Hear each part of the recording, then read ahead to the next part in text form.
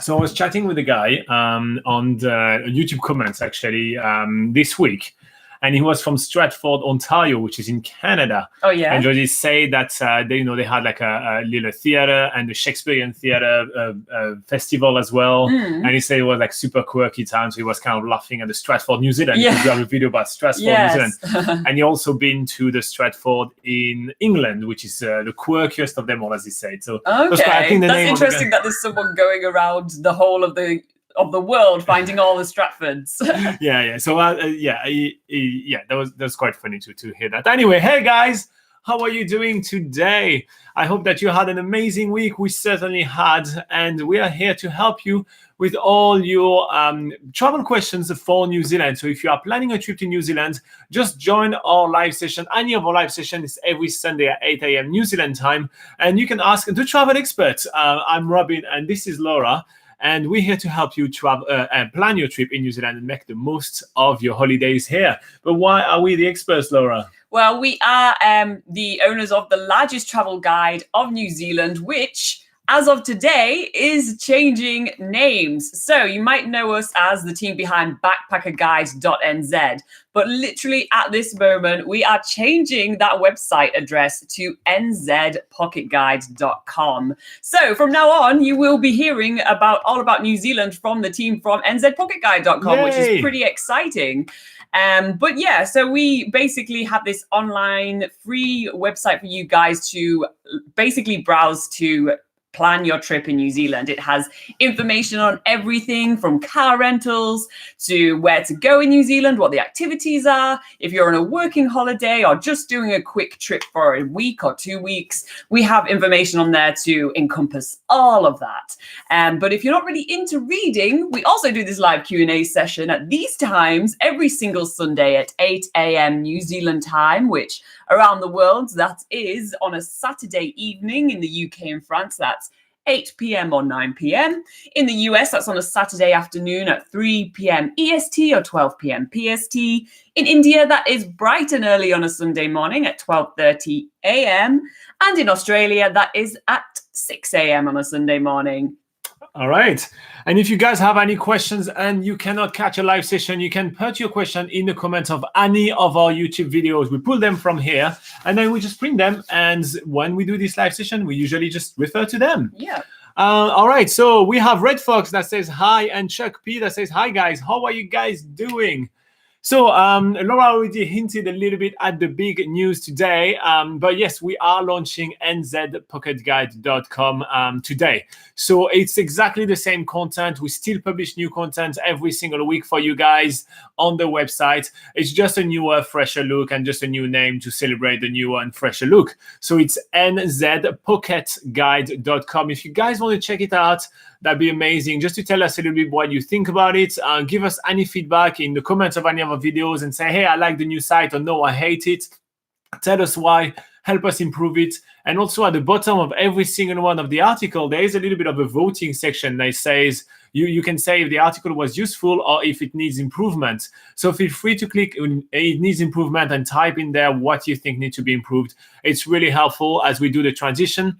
So as of like literally these very minutes right now, if you go on BackpackerGuide.NZ, the site still exists, but by the end of today, it will have disappeared and become NZ Pocket Guide. But don't worry, all the content is still here. So yeah, it's exciting. And don't worry, there's still all the job listings. If you're traveling on a working holiday visa, there's still everything. So we're pretty stoked about it, I have to say. We've been working on it for months and months. So yeah, so that's really, really cool.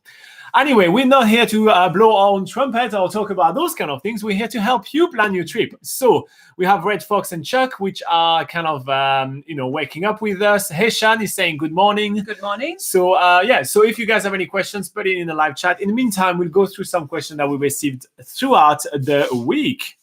All right. And the one I would like to start with is the question that a lot of people actually ask us. And it comes from Amber Jade Harding. So Q&A, she says. Well, you do the Q, we do the A. I am traveling around New Zealand for 6 weeks in February. I am from the UK. I don't want to unlock my Vodafone phone and buy a new SIM for just 6 weeks. But will Vodafone get any signal? First-time travelers spending 2 days in Singapore and then to New Zealand to do the Kiwi experience. Thanks for your great videos. I am sure I will have more questions. All right, so first up, you'll have more questions and you just put them in the comments of any of our videos and you're good with that. Now, about your phone, a lot of people are kind of asking us these kind of things like, do I need to unlock my phone just for that? Or, is there kind of a workaround which includes zero hassle for me to unlock, to be able to have signal and be able to stay in touch with people back home? So a couple of things. First up, I personally recommend you unlock your phone as soon as you can. So usually when you get a phone with a big company like Vodafone in the UK or in France or in Germany or in the US, you are locked into a contract. So you're locked into a 12 to 24 month contract. And then usually at some point within this period or at the end of this period, they actually are legally obligated to unlock the phone for you. And that should be free. So in my opinion, you should always do that because it makes the phone much easier to resell later on when you decide to change your phone. And second, it makes this kind of thing so much easier, traveling around and just popping the SIM card in and be sorted with it. So that's my first advice. If you have an opportunity to unlock your phone, seriously do it and take any excuses to do that. Yeah. Now, second, is there a way to do it with no hassle and be able to communicate with back home, no hassle at all when landing in New Zealand? Yes, there is. Vodafone is a very, very big company, and actually most companies around the world will actually have coverage in New Zealand. Yeah, they use something called a roaming system. So that means that they basically purchase their minutes from local companies here. We do have Vodafone here in New Zealand, so they purchase it from themselves and then sell it back to you with a premium on it. So it will cost you more, like a minute, and it depends on every company. So the numbers I'm going to give you right now are wrong. It's just an example. So when you're going to be roaming, let's say that usually a minute of calling back home costs you about 10 cents. In New Zealand, they may charge you 60 or 70 cents for 1 minute of calling because it's called roaming. It's going to be same thing for your data, and it's going to be the same thing for your text. So be aware of that, and you're going to be charged the premium. But yes, that's the easiest way to keep in touch with back home. You just have to know that it's going to cost much more. It will allow you to be reached and reach people outside. Now, you can always call your phone companies to ask which network they will be using when in New Zealand. We have 3 major networks. That's going to be Spark, Vodafone, and the other one is 2 Degrees, right? Yes. And so they will have one of those 3 networks. The biggest coverage will be Spark, the second best will be Vodafone, and the third and least best will be 2 Degrees. So that's basically kind of the easy option. Pop into New Zealand and just pay a lot if you need to call or back. Now, the one thing that a lot of people get confused about the roaming, and then after I'm going to let Laura speak about the other stuff on the list. But the one thing that people get confused with roaming is that roaming does not apply to Wi-Fi. So if you connect to Wi-Fi in your accommodation or anywhere you are, in information center, in restaurants, in cafes, this is not covered by roaming, meaning that your Wi-Fi is always free. If you get Wi-Fi, it is free for you to use, so you won't be charged. So another good way to get back home is to literally remove your SIM card, so you don't have to pay roaming or anything like that, and you can still use your phone as a Wi-Fi device, meaning that you still can have it for free. You won't obviously be able to call or text. All right. You'll be able to do video calls and stuff. Yeah, you'd be able to Skype or to WhatsApp or to FaceTime or to Snapchat or to any of those things. All right, cool. Laura, we have some more items on the list. Yeah, so alternatively to roaming, you can get yourself a cheap phone in New Zealand. If you don't want to unlock your phone that you use back home, or perhaps you actually come from a country where the mobiles actually don't work in New Zealand because you do need to have a certain, is it called GSM and frequency and all that? So if you, for instance, if you have a phone that wouldn't work in New Zealand, then your next best option, in my opinion, is to get a cheap phone with a New Zealand SIM card. And there's a lot of really cheap phones in New Zealand, and you don't really need to spend a lot. $20. About $20, yeah. So that way you can actually make calls very cheaply, much more cheaply than in comparison to roaming. And yeah, you'll be able to contact all your sort of accommodation providers, activity providers when you're on the go, if you need to change anything. And that makes things very easy as well. In terms of international rates, though, because you might want to call back home, it usually tends to be a bit cheaper to call with a local SIM card for international rates as well, rather than using your roaming for calling back home. So that's just another advantage as well. And also, when you're in New Zealand as well, you're often doing things a little bit more active. You're doing quite a lot of different activities where... That only happens to Laura. Just keep going with the story, but that's only to Laura. She's the only one breaking phones. Yeah. Oh no, I've seen loads of people break their phones in New Zealand. So because you're you're out and about, you're doing maybe a little bit more than the usual. There's more risk of your phone breaking, and with those super expensive Samsungs and iPhones and stuff that you can get nowadays, you really probably want to minimize that risk. And with a $20 phone that you've bought in New Zealand that you're probably not going to use again, you can probably, feel okay if you do break it. So that's another reason to also get a cheap local phone. Yeah, plus you do a good deed at the end of your trip when you're going to be either in Auckland or Christchurch, when you're about to fly off. Just leave your phone with a little note to someone, and then someone's going to find a phone, like in a hostel or something, and you may just make their day. Now, the whole cost of doing that would be about... You were here for 6 weeks, right? So I'm thinking it's going to cost you get the phone, $20, and then a top-up cards, which is kind of like, to put some credit onto it. That would cost you $40 at total with the phone and the card. And I think you'll have plenty enough. Otherwise, you can go for roaming.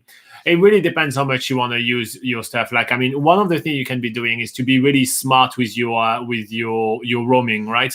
So if you decide that you want to go with the roaming roads because you really want hassle-free travel, on your phone there is always an option to turn on and off mobile data. So put that as a shortcut on your home screen and literally just turn it off at all time. And only if you really, really want to use it, only if that picture is really, really Instagram worthy, then you turn it on and then you post it. Otherwise, you just wait the evening to have free Wi-Fi in your accommodation. So that's kind of like the way of doing that. Now, quickly, before we wrap up this question, I'm going to tell you a little bit about where to find SIM cards and phones.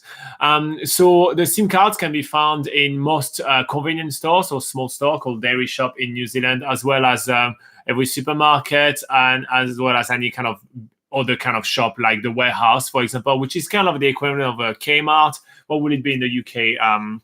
Wilkinsons. Okay, so the equivalent of your Wilkinsons. So we have there is those kind of shop all around New Zealand, and this is where you're going to get phones and SIM cards. So that's the best place to go to because they're going to be really cheap, and they're quite easy to access. If you do a Kiwi experience, you're probably arriving in Auckland, so there is literally one on Queen Street, so you can't really miss that. Yeah. So there is one literally in the main street of the main town. So when you arrive at your hostel, just ask where is the Warehouse. And they will point you out where it is, and then you can go buy your phone if you want to, and buy your SIM card if you want to. You can get all the top-ups there as well if you want to. So it's all super easy and very convenient to get. Here you go. That's where you can find all the phones and all that. We do have plenty of other videos about which one are the best networks and all those kind of things on this channel. And if you find this video useful, and if you guys are watching this live, or if you're watching a replay, click like and hit subscribe. It's a great way to say thank you for all our hard work. And obviously some links below in the description. All right, let's go back to live chat. What's happening? Red Fox has to leave us. So have a good day, man. Thank you very much for popping in. Chuck P says, quick question. Are they always quick? All right. How far in advance should I book activities to do in New Zealand, such as skydiving, whitewater rafting, Milford Sound stuff, etc.? I ask because I'll be here in the high season in mid-February, I'd say it's March, but I don't know if it's just mid-M.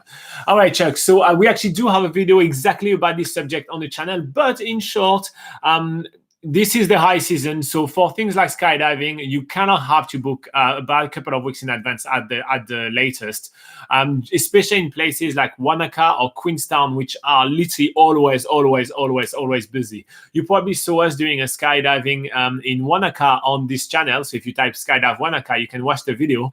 Well, the truth behind that is that almost every single day we spent in Wanaka that week when we did New Zealand's biggest gap year and tried to do activities every single day, our skydiving was pushed back. So we put another activities there and another activities there until finally we had one slot where we could go there. So we had about 5 days that we had to reschedule it. Yeah. And we did a very early morning skydive as well to be able to fit us in.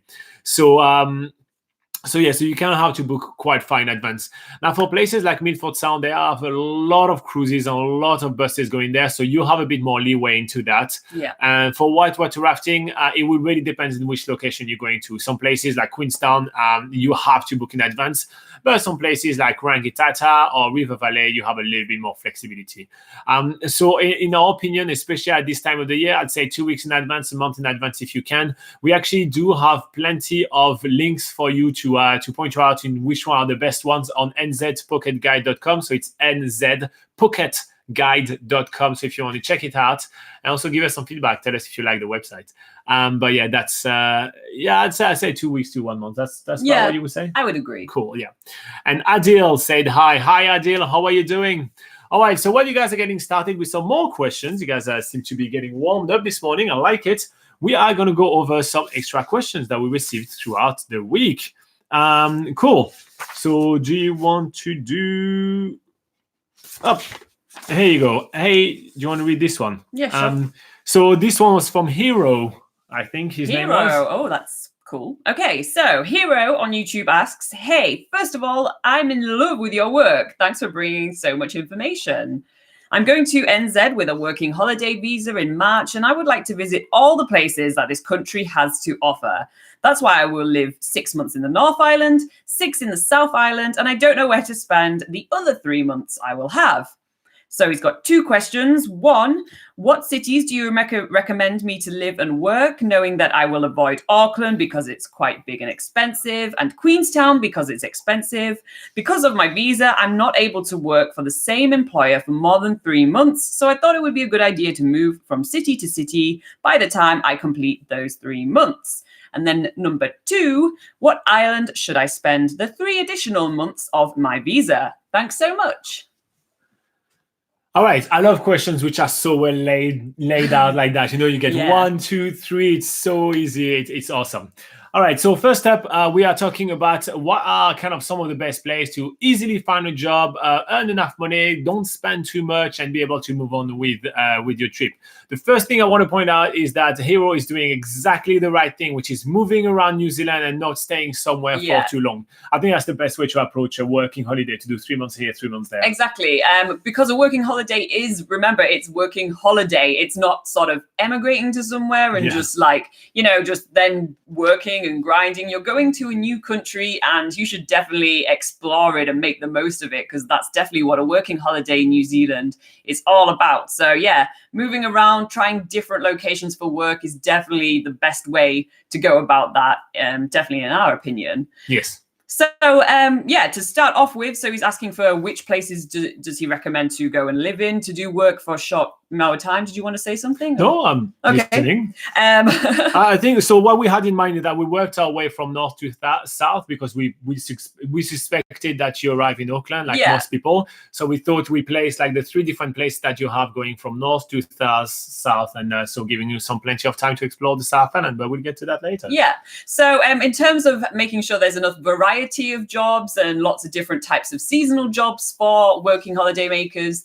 one of the best cities to start off in is Tauranga, which is in the Bay of Plenty area on the North Island, not too far from Auckland. It's maybe about 2 or 3 hours away. I have a question for you, Laura. Yeah? How easy is it to get a job in Tauranga? Super easy. Super easy. Barely any inconvenience. No, honestly, it is really easy to get a job in Tauranga. Yeah, so the whole area is really famous for its sort of fruit picking, kiwi fruit. I think it has a few. Does it have a few vineyards? Maybe it doesn't have a few vineyards. I don't think they have vineyards, but loads of different types of fruit orchards and hospitality. Yeah, so you can go there definitely in the picking season and work in teams with other backpackers to do fruit picking. You can work in pack houses, which are seasonal jobs, so you only go and work there for 2 to 3 months, and which is ideal for what you want to do. But also because it's a city, there's all your sort of city jobs as well. So you can find jobs in hospitality, you can work, in restaurants and stuff like that. You can work in warehouses. There are industrial areas there around Tauranga as well. So there's really like a huge scope of jobs, so Tauranga sort of appeals to most people that, and it has jobs for most things that people want to do. So that's definitely a good place to start. Another reason why we picked Tauranga is that it's almost kind of right in the middle of the North Island. So that will allow you to have a great base to explore the North Island during your weekends. Now, moving on, you want another place to go work in, and we think you should go work in Napier and Hastings. Sorry about that.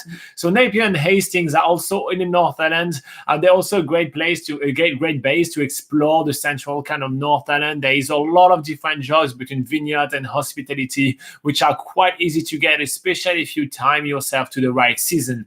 If you want to know how to time yourself to the right season, definitely check out our videos about the picking seasons in New Zealand. We actually cover all of that, and actually it was published last week, so you should be able to find it on the channel quite easily. So if you base yourself in Napier Hastings, your cost of living is going to be really low as well. That's probably one of the cheapest places to actually spend some time in New Zealand, which is exceptional. And a lot of the activities that are to be done in the area also are free. It's all about beautiful beach, beautiful forest, awesome hikes, stunning wildlife. It's all about that. So I think you're really going to like it, and we recommend you spend 3 months there as well. Now, those two places as bases will give you really great opportunity to explore most of the North Island, and then we send you down to the South Island, and we think you should spend your last working time in Christchurch. Yeah, so Christchurch is the largest city in the South Island, and again, it has loads of opportunities for work. There's all your sort of, again, your standard city stuff like retail and hospitality, but there's also opportunity to do construction work, which is often like a very easy job to get because the employers are so keen for seasonal workers to help with some of the construction work. A few years ago, there was an earthquake in Christchurch, and they're still rebuilding the city and still need people to come and help with that. So there's obviously that opportunity there. But if you're not really into the city stuff as well, Christchurch is also surrounded by loads of like dairy farms, loads of different types of farming as well. So if you want to experience some of the sort of farming lifestyle of New Zealand, then there's opportunity to do that as well. And yeah, so Christchurch also, in terms of cost of living, it is much cheaper than Auckland and much cheaper than Queenstown. So you won't have really much trouble there. Exactly. So now you also ask us where to spend your extra 3 months. So that's assuming that you will be able to extend your working holiday visa for 3 months if you meet the conditions for extensions, which are really not that hard to meet. And if you guys want to learn more about that, there's another video on this channel, or you can check out NZPocketGuide.com for more info about that. Now, we had a discussion with Laura, and we definitely think you should spend some more time in the South Island of New Zealand. So that's why we gave you 2 working spots on the North Island and only 1 working spot on the South Island, because you should explore everything. Yeah. From Stewart Island at the bottom of the South Island to the top, which is Abel Tasman National Park. There's so much to explore there, and that's the place that we like the most. Laura, do you want to tell him why we like this place the most succinctly? Yeah, so the South Island really does have loads of different activities and landscapes to offer. You can go and check out some of the amazing beaches and great walks and stuff like that in the Abel Tasman National Park in the north of the South Island. Then you've got the west coast of the South Island, which is home of glaciers, amazing mountain scenery and rainforest, stuff like that. There's also the Queenstown area that I know you don't want to go and live there, but it's definitely worth going there for a visit, so you can do some of the crazy adrenaline activities like bungee jumping that you can do there. Stewart Island is a small island just off the south coast of the South Island, and that's always worth going to. You just take a ferry or a quick flight to get there, and that's home to another New Zealand great walk. You can go see Kiwi birds there as well. And then along the east coast of the South Island, there's really awesome places like Kaikoura, where you can go and check out whales, you can swim with dolphins, you can swim with seals. It's really a wildlife mecca. And yeah, there's really like there's a ton of places on the South Island. And also because in the North Island, getting around is a little bit easier than on the South Island, because right in the middle of the South Island are the Southern Alps, which is a huge mountain range. And there's only a few sort of passes to get across those mountains. So getting around the South Island generally takes a little bit longer. And that's definitely why you should spend more time there. Just because it will take longer to get around, but you'll also see loads of different stuff. As you can tell, she kind of likes the South Island of New Zealand. Yeah. All right, so that's all we have for you, Hero. I hope that you find all our answers super useful, and I hope that you guys, if that wasn't your question, you still learned from it. So if you want to say thank you, just hit the like button. It really rewards us for all our hard work. And if you're new here, make sure to hit subscribe. And obviously, if you want to dive a little bit deeper into the subject, go to www.NZPocketGuide.com and you'll find plenty of information about traveling in New Zealand. It's the largest travel guide of New Zealand, after all. All right, let's go back to live chat. Extreme Tolota says, good morning. Good morning, Extreme Tolota. How are you doing? Tero says... Tero, I'll get back to you in a second. Hero says, thank you, guys. You're very welcome. You're welcome. So that was Hiroshi Abe. I had to actually remember your name because I forgot to write it down. So I knew that was Hero something, so I went for Hero. I hope that we're friend enough to be able to just... give each other nicknames. Yeah, don't call me Robin. You call me Rob next time. Here you go. We're fine now. So I hope that's really helpful to you guys. Tell us if you're actually going to be... to you, Hero, tell us if you're actually going to follow this plan, or if you have any follow-up questions. All right, so Tero Tatitian, that's been a long time. We've seen him like in many different live sessions before. He says, hi guys, we are coming to Auckland on the 17th and 18th of December.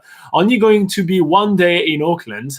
Do you have a suggestion of what to do then in Auckland that will keep us awake a long flight before? All right, so we actually have already about 3 or 4 videos about people asking us what to do in Auckland. So because you can check out those videos, we're going to challenge ourselves to find like maybe 2 more things each, which we actually did not mention before. So here you go. I'm going to get started. And I think you should go to the Piha area. So it's where it's a place where you have black sand beach. There is also nearby, there is Muriwai, which has a beautiful Gannet colony. And it's beautiful rocky cliff, native bush. It's an astonishing area. It's really stunning. So I think it's just going to mind blow you straight away. And you're going to need to get a car to go there. Or there is a few tours that run over there, but I think that's a good option. Yeah. I think I've got a better option. Wow. Okay. So to get to where Robin's talking about, which is in the Waitakere Ranges, you do have to travel maybe an hour and a half up north to get there. But if you're arriving at the Auckland airport, you're actually going to be closer to a really awesome regional park called the Hanua Ranges in Auckland, which is perhaps half an hour to 40 minutes drive away from the Auckland airport. So you can be instantly into the sort of beautiful natural landscapes that I'm sure you've come to New Zealand to see. And yeah, it's really not that far away from the airport, and you can spend a whole day doing some hikes there, which will definitely keep you awake. But there's also some less strenuous hikes. So if you are tired from your flight, you can just go check out a waterfall, have a picnic over there or something. And yeah, there's that option as well. Well, fine. I think I have a better idea. Yeah? Even. Oh, yeah. I think you should head to Wahiki Island, which we mentioned before, but I think you should head there to do some zip lining. There's a really cool eco zip trek that you go around, and there is about 3 or 4 different zip lines that you go through, and they tell you all about the New Zealand native bush, and you also get an adrenaline shot as well. So you're sure to actually remain awake. I can guarantee that, because you go real fast. Wow, those are 3 places then. No, we said 2 each. Oh, so okay. You need one more. Oh, damn, I didn't prepare one. Okay. One day in Auckland. We've already mentioned pretty much all the islands that you can go to. Do you like the Auckland Museum? There's this shaky stuff that keeps you awake as well. Oh, yeah. So, in the city centre of Auckland, there is the Auckland Museum. There is a bit of a fee to pay to go in, but it's definitely worth it because the Auckland Museum is pretty huge. There's lots to see. And it's definitely a really good introduction to New Zealand to maybe get a little bit of context about the country you're about to explore. You can learn about the history of New Zealand. You can learn about the Maori culture. You can learn about the fascinating wildlife here, and also learn about some of the sort of like landscape formations like volcanoes and things like that, and earthquakes. Because as Robin was mentioned, there's a little bit of a simulator to sort of show what an earthquake would be like if you were to experience an earthquake in Auckland. So yeah, that's another idea, and that would keep you awake for a good couple of hours. Yeah, definitely. If museum doesn't snooze you. Yeah. So Tero, tell us which one of us wins, because now it's awkward, but kind of have to pick a winner now. Yeah. Cool. So Hiroshi says, it's okay. I actually got there in the middle of the explanation, but for sure I will check it out by the end of it. Hiroshi, that's no problem at all. Every single time we do a live session, we actually just republish that afterwards. So if you give us about 20 minutes after it's finished, the video will be uploaded on YouTube and you can rewatch it from scratch. And what we also do is that actually we do snippets, and we actually will make a whole video about your question, and it will be published within the next week or so. So you'll have 2 different ways to catch the beginning of this video. So don't worry, this will happen. Yeah. Tiro says that pronounce his name correctly. I think he's patronizing me. I think he's lying to me. You're nice. And he said, yes, they have a car. Cool. That's good. You're flexible. Nice. So if you guys have any more questions on the live chat, go ahead with it. In the meantime, I'm just going to catch up everyone about the big news of the day, because I see that some people went in and out. So today we're actually going to be swapping from the website called BackpackerGuide.NZ to a new website called NZPocketGuide.com. So it is exactly the same amazing content. It's just a new look and a new feel to the, something a bit newer. So if you guys want to actually, be cool and kind of help us out, you can go on www.nzpocketguide.com. And when you get there, if you want to browse a little bit around the website and give us any feedback, that would be absolutely amazing. So come to the comments of any of our videos on YouTube and say, hey, this works. Hey, this doesn't work. That'd be so amazing, because we've been working for months to this switch. Anyway, that's where we're at. In the meantime, Tero says thank you, and let's go over some more questions, Laura. Okay. Boom. You read this. All right. So we have a question from Jennifer Alisi. Probably not pronouncing the name right. We don't pronounce any name right. So Jennifer asks, hey guys, I was wondering what are your top 10 places to visit would be in New Zealand? I will be traveling in May of next year and I can't decide where to go. Well, that's a pretty wild question. And to be fair, we do get these kind of questions quite often. People are asking us, what's your favorite place? What's your favorite place? And it really changes all the time. It changes by kind of how we feel. So what we'll do is that we'll pick 5 places each that we really like, and we'll tell you why. And what we'll do, take the map, so it's going to be a bit easier. All right. Should I get started? Yeah, go for it. All right, so I'm going to get started with literally the top of New Zealand, Cape Ringa. So Cape Ringa, all the way on top, is really an amazing place to visit in New Zealand, because it's kind of an adventure. It's a whole day adventure. So usually you will start in the little town of Bahia, which is around right here, and you will take a bus, or you can drive yourself, but we recommend taking the bus because there's so much things to do. You take the bus and go all the way on top. So you're going to be driving in between sand dunes. Literally, your bus will be driving on the beach. You will be able to go down sand dunes with bodyboards, so do some sandboarding, which is absolutely epic. You'll try some amazing fish and chip. You'll learn about the local culture. You will see some amazing kauri trees, which are some gigantic New Zealand local trees. And you will learn about the Maori legends which surrounds them, which is quite amazing.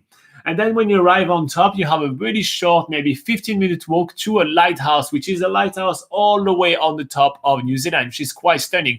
And right there from the lighthouse, you will be able to see the Tasman Sea and the Pacific Ocean collide and meet. And on a good sunny day, you'll be able to see the green and the blue water kind of merging together and see really actually the 2 bodies of water combining, which is absolutely stunning. Then you have a long drive back where you're going to have a few pit stops as well. You're going to stop at the museum and add a few things, and then you're back to Bahia. So it's a place which is really exceptional. It's really weird to visit, both between the bus driving on the beach and, between the sandboarding. There's just so much happening that I think is definitely one of the top things to do in New Zealand, or at least just for this month until I'm being asked this question again. Yeah. So that's my first one. All right. On my list is Taranaki. So Taranaki is famous for its perfectly cone-shaped volcano right in the center of the region, and surrounding it, it has the Egmont National Park. What I love about this place is the forests there are absolutely amazing. Is the Goblin Forest? Yeah, so there's names of certain like tracks, like walking trails and stuff, which really reflects what it feels like when you're walking through it. There's the Goblin Forest, there's the Enchanted Track, and it feels like you're in a fairy tale. You have loads of really ancient, beautiful trees, all covered in moss. It just feels like, just very sort of surreal and stuff. So just doing a few hikes in the Egmont National Park is absolutely amazing. But also in that whole area as well, it's very much like less visited by tourists. So it really feels like it's the real New Zealand when you're traveling around from really small and quirky little New Zealand towns. And they all have their charms. You can go and check out a place called Manaya, which is a really cool town, famous for its big sort of bakery factory over there. And you can go and buy some really amazing baked goods. And the whole town smells like bread. It's really, really cool. So you can see what Laura's priority. Are you done already? I like forests and I like bread, and that is the place to go if you want forests and bread. All right. All right. We're going back north a little bit, and we're going to Rotorua. So New Zealand is famous for its stunning landscape, but also for its absolutely amazing Maori culture. The Maori culture is a treasure to be cherished, and New Zealand showcases its best in the town of Rotorua. So you have a lot of amazing evening tours that you can go and learn about the Maori culture. You get some amazing food. You get to visit some villages and everything. So there is mitai and tamaki. You can check out videos on our channel about everything that we mentioned, actually, but all about those one as well. Just type Maori culture on the channel search box, and you'll find that quite easily. So yeah, really awesome place to visit. And on top of that, if you have a little bit of extra time in Rotorua, there is some stunning geothermal formation and geothermal park that you can check out, some geysers, some bubbling muds, all those kind of things. And if you feel like you want to pamper yourself and have even extra time, all these geothermal activities provide amazing places and tools such as rejuvenating mud for you to be able to go to mud pools and all that and kind of feel refreshed for the rest of your trip. Yeah. So here you go. Moving on. All right. Another one on my list is Gisborne. Gisborne is on the east coast, and it's famous for being one of the first city, for being the first city in the world to see the sunrise each day due to its position on the international dateline. So what's really cool about this city, but this whole area as well, is that it has some amazing beaches, and it's again much quieter than the rest of New Zealand. It's off the main tourist trail, so you sort of again get to experience the real New Zealand, and it's really awesome for surfing. It has loads of amazing vineyards, so if you're a bit of a foodie or a wino, there's lots of opportunities to go and do some wine tastings, that sort of thing. I think that's about it. All right, so the next thing that I have is the Marlborough Sound. I really do like this area of New Zealand. This is kind of when you arrive. This is where you arrive in. She got confused. This is where you arrive on the South Island when you take the ferry. It's a really stunning place where you have so many little alcoves and kind of places. There is a ton of dolphins there. Sometimes they have orcas. There is a track called the Queen's Charlotte track, which is a multi-day track, which is really amazing. You can even mountain bike it. There is a place called Lochmara where you can go check out stingrays and amazing bird life as well. There is Little Island, which is a bird sanctuary, Oh, we always Motuara, but I think it's Motuara, but we Yeah. always get it wrong. But yeah, you go there with a company called Beachcomber Cruise, and it's really awesome. You can also do the Mail Run, which is this Beachcomber cruise. They go with the boat from all the alcove and resort around, and they kind of drop the mail, and you go along with them to check out all those places. It's an amazing cruise around the Sound. So yeah, so it's a stunning area that most people, they basically go from Wellington to Picton, and then they drive off straight away. Staying in Picton and exploring the area is amazing, and you definitely should do that. Yeah. All right. Next on my list is Fox Glacier, which is somewhere around here. Now, everyone sort of knows the Glacier region more for Franz Josef Glacier, but literally 20 minutes further down the road, you'll find Fox Glacier and the township, which is the same name, called Fox Glacier Town. And yeah, so this is where you can do an awesome sort of heli hike onto the glacier, which is a lot less sort of like so in Franz Josef Glacier, there's many different companies taking you up onto the glacier, but on Fox Glacier, there's only one company doing that. So it feels like you're just sort of alone on a glacier with the group of people that you're doing the tour with. So it's always really an amazing experience. And it's really famous also for having lots of caves to explore in the glacier as well. But that's not the only thing you can do there. You can also go to Lake Matheson, which is a super reflective lake, reflecting the Southern Alps within the lake itself, which is really awesome. And yeah, it's just a nice, quiet little town. It has a pub there. We had a beer there on our travels. It's just a nice sort of West Coast town. Yeah. And again, everything we're talking about right now, we have videos about it on this channel where you can see Laura and I actually doing that. So we not just talk, we actually have done all those things. And if you want to know if it's your vibe, check out those videos. Yeah. Moving on, another place I really like, this island right here, this little dot right at the bottom of the south island is called Stewart Island. It's mind-blowing. Maybe we want to lift it up. It's really mind-blowing. It's 80% of it or 90% of it is a national park? 80%. 80% of the whole place is a national park. So that's just amazing. There is amazing walks to do there. You can do some day walks, but you can also do some like 7 or 8 or 9 or 10 days walk if you want to. There is also a place called Ulva Island, which is just right off there. So you take the ferry, which costs about take a boat, which takes about a minute to go across. Yeah. And costs very little to go through. And then in Ulva Island, you have a ton of native bird life. And it's quite amazing because the birds, since it's the national park, the birds are not scared of you. So they stick around you for the whole time. It's really, really weird. It's like walking inside the enclosures of zoos. It's quite amazing. So we really loved it. And check out our videos. We did a flight above it. Then we did a multi-day hike. Then we also did the Ulva Island. We check out a really quirky little cinema with the silliest of all the movies. Yeah, we carve our own jade necklaces. Yeah, so that was quite cool. We carve each other's jade necklace rather than buying a souvenirs. We actually carve it for each other. So that's really awesome. So here you go. That's my next one. Next one for you. I think that's your last one. No, I don't. 1, 2, 3, 4, 5, 6, 7. We have 3 more left. Yeah. All right. Math is hard.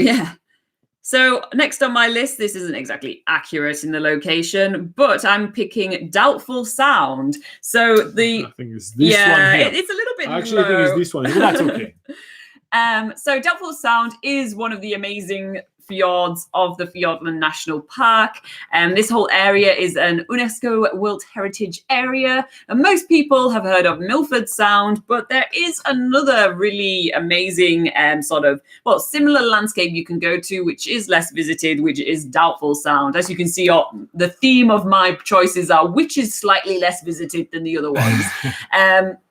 Doubtful Sound is it's a full day commitment. You do have to get there, you need to travel across a lake, then take a bus journey through one of the most remote roads in New Zealand, and then only then do you get onto the cruise around Doubtful Sound, which lasts about 3 hours, and that's twice as long as what you can do in Milford Sound. But it means you're in that environment for much longer as well, which is absolutely amazing. And the landscape is just incredible. So it's mind-blowing. It's really awesome. Yeah.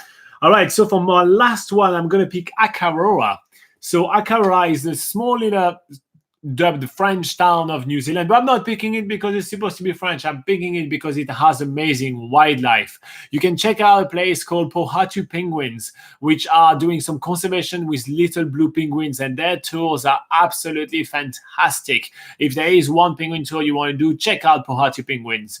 There is also many different ways to sail around the Hakaura Harbor, from jet boat to sailing boat to a cruise boat, and yeah, we've tried them all, so check out the videos on this channel. But once you do that, you will be able to see one of the smallest dolphin in the world. It's called the Maui dolphin. It's teeny tiny. It's gray with some black kind of stripes, and how do you call this thing on top of the Their mohawk? Yeah.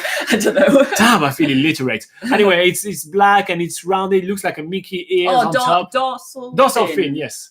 A black dorsal fin. I mean, they are the cutest thing in the world, and they're always hanging out there. The water is a milky blue. It's so stunning. It's seriously an amazing place to visit. There is also an alpaca farm, which is hilarious. Alpacas are fantastic.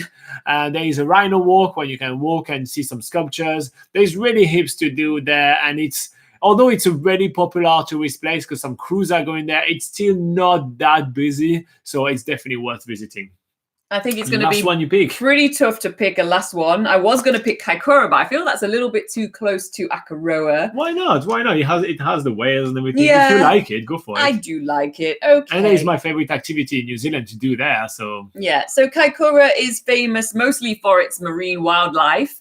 It just off the shore is something called the Kaikoura Trench, which is a big ocean trench full of nutrients, which attracts sperm whales. It attracts. Here's Laura Attenborough for you. It attracts sperm whales, where you can actually see sperm whales there all year round. It's not a seasonal activity. They just like to hang out there. And there's also huge pods of dusky dolphins, which are known for being super acrobatic. There's also an amazing array of large birds, like large seabirds like albatross. And there's some fantastic tours where you can go out on a boat and actually get real close to these birds, which you actually don't realize how sort of majestic they look. And how big they actually are. I know, crazy, yeah. So there's that as well. But also, as Robin mentioned, his favorite activity is there, which is swimming with seals. Now, in New Zealand, you do see seals quite a lot on the coast, but they're usually a little bit, apprehensive about humans. They don't like to be too close to humans. They usually either run at you or run away if you get too close. But in the water, it is completely different. They are super inquisitive. They come and play with you in the water, and it's just incredibly cute and incredibly amazing. So yeah, that's Kaikoura. All right, here you go. So that's our current, as of this December, favorite 10 places in New Zealand. This changes all the time just because, what we feel like doing changes all the time. And it's really hard to pick. There's so many amazing places to visit. Yeah. If you want to learn more about each of those places and each of those things, you can check out videos on this channel where we've done every activities we talked about. You can also check out NZPocketGuide.com, where we actually have written all the articles about all those things, all those places, to give you even more tips, places where you should stay, why you should go there, more activity than what we mentioned. It's basically like way more info than what we can give you right here while talking. But yeah, so it's NZPocketGuide.com. And if you did find this video useful, make sure to hit like. That's a great way to say thank you for all our hard work, and to subscribe if you're new around here. In the meantime, I'll go back to live chat. All right. Zara111GFM says, hey, hello, how are you doing? Hello. And Saga Mahajan says, where can we have the best skydiving? So we actually already have a video about the best skydiving, or if you go on nzpocketguide.com and then on the search bar you type skydiving, you will find actually a written reviews of which one are the best one, all in order and everything. But today, if I have to pick my favorite skydiving, I think I will pick Franz Josef Skydive, because it's one of the highest skydive in the country, and you skydive right above the beautiful Southern Alps and the beautiful Glacier. So you can't afford the same price, because skydive is not cheap. You get a beautiful flight above the Southern Alps, which is stunning, and it's usually quite pricey to get this kind of scenic flight. And you also get an epic skydive, and you get some massive bangs for your bucks, because you skydive for longer, because they jump from higher. It's only a few seconds more because you're like, what? Yeah. And you go quite fast, but it's quite cool. Which one will be your favorite today? I think today I'll go for the Bay of Islands skydiving, just to choose something completely different to what Robin's just suggested, just to give you an alternative option. But yeah, they're famous for doing a skydive over, how many islands are there? 144 islands? I think it's 144, over the ocean, and also you get to see the amazing, beautiful coastline of New Zealand. So it gives you more of a sort of a beachy vibe rather than the mountain vibe that you get from what Robin was suggesting. But also the really cool thing they do is that they actually land on the beach. So you can land with your feet in the sand when you get back down to earth. Yeah, that's pretty cool. They don't land on the beach every day, though. It depends on the wind. Depends on the weather, but if you're lucky. Most of the time, I think they do. Yeah. And if you're trying to save some money, Saga, check out Skydive Topo. So I think their website is skydivetopo.co.nz. It's actually the cheapest one in the country. So a lot of people are asking us which one is the cheapest. That would be Skydive Topo. Yeah. So yeah. All right, guys. So we have another 10 minutes with you guys. So it's time to quick fire all your questions. Otherwise, you're going to have to wait next week to get your question answered. So check out NZPocketGuide.com. So it's NZPocketGuide.com. If you want to check out all our tips all the time, 24/7, you have access to Robin and Laura's brain. How good is that? Anyway, Hiroshi Abe says, is there any places like ONG or something to help to treat wild animals? So I think you meant NGO, a non-profit organization, right? So actually, there are quite a lot of places that do that. So first, the Department of Conservation of New Zealand does a lot of work like this one, but it's not really accessible to the publics.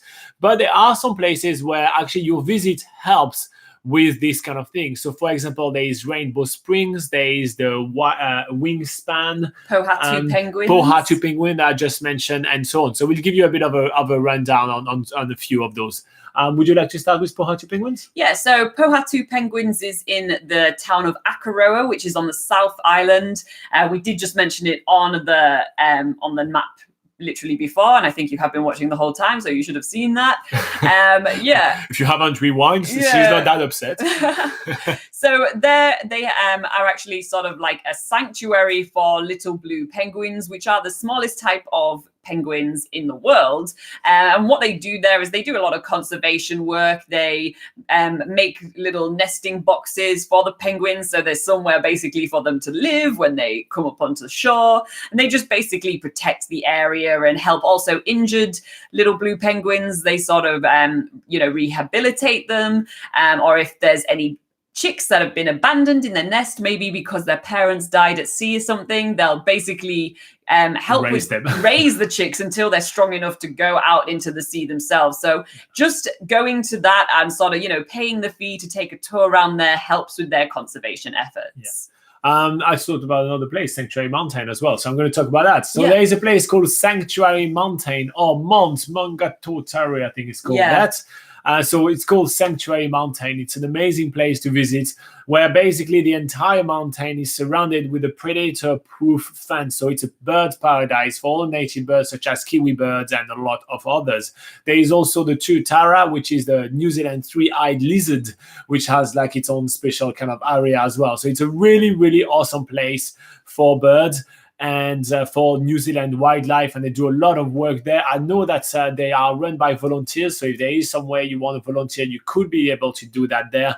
But just visiting the place is having them fund all their effort, and there are a bunch of absolutely fantastic people. And same thing, if you want to learn more about that, we do have a video about that on the channel, because yes, we have close to 800 videos on this channel, so there is a lot. There's a lot to sift through. Yeah, next one, Rainbow Springs. Rainbow Springs. Kiwi birds. Yeah, so Rainbow Springs is basically a sort of wildlife sort of park. They have lots of different types of native New Zealand birds there, and a lot of them are sort of in conservation sort of stuff. Conservation stuff. Yeah, and so as part of your tour, you get to actually see the Kiwi bird hatchery, which is quite amazing. So they also have a sort of side to the Rainbow Springs, which is a hatchery for Kiwi birds. They take eggs that may have been abandoned or, you know, are a threat, like been threatened in the wild by pests and predators, which you'll learn all about when you come to New Zealand, and you'll learn about what the threats of the native wildlife are.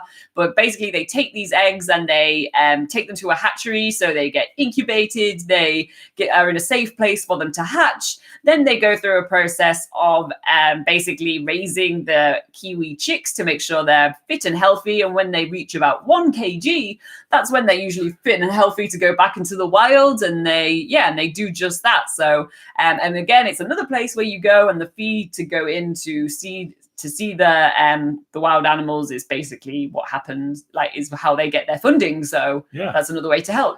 What's the other one now? What's this? Wingspan. Oh, Wingspan, yeah. So there is a place called Wingspan in Rotorua, which is where they actually get all the injured birds of prey. So that's all the kind of, not eagle, they are all hawks, mostly falcons and hawks, because in New Zealand we have a few falcons and hawks which are native. So over there they rehabilitate them, so they help them heal their wings if they've been hit by a truck or something like that, and then they release them in the wild. So same thing, going to check them out. This place is helping with all their work, and when you go check that out, there is actually a hawk kind of show where they send him away and kind of fly around everything. It's quite amazing. It's a fantastic place to visit. What's those other places in Northland as well? There's a couple of places in Northland. Kiwi North. Yeah, Kiwi North, for example. Yep. Was there another one you were going to say? Yeah, the other one. It's called like the bird wild. It's something very generic, like the bird wildlife center. Yeah, there's a wildlife center over there in Whangarei as well. Yeah, which is right next door to Kiwi North, so you can visit both. So they're both fantastic. So there's many places like that. Now, if you want to actually help yourself and you want to volunteer, the Department of Conservation always needs volunteers. So you can check out the Department of Conservation website. So you just have to type on Google Department of Conservation New Zealand, and you'll be able to find their website. They ask for volunteers, so you can volunteer even on a working holiday visa, which is quite cool.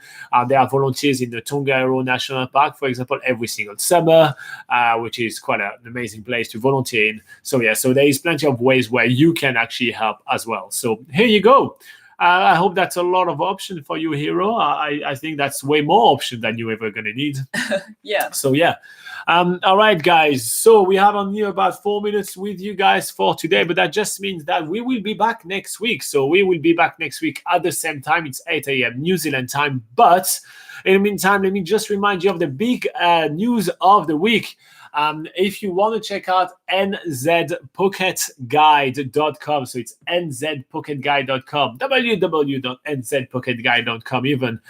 It's kind of a new version of Backpacker Guide New Zealand. So we're going to slowly transition through the day for you guys to be able to check out NZ Pocket Guide. So if you want to check it out and give us any feedback, tell us what you think about the website. It is so important for us that you like it.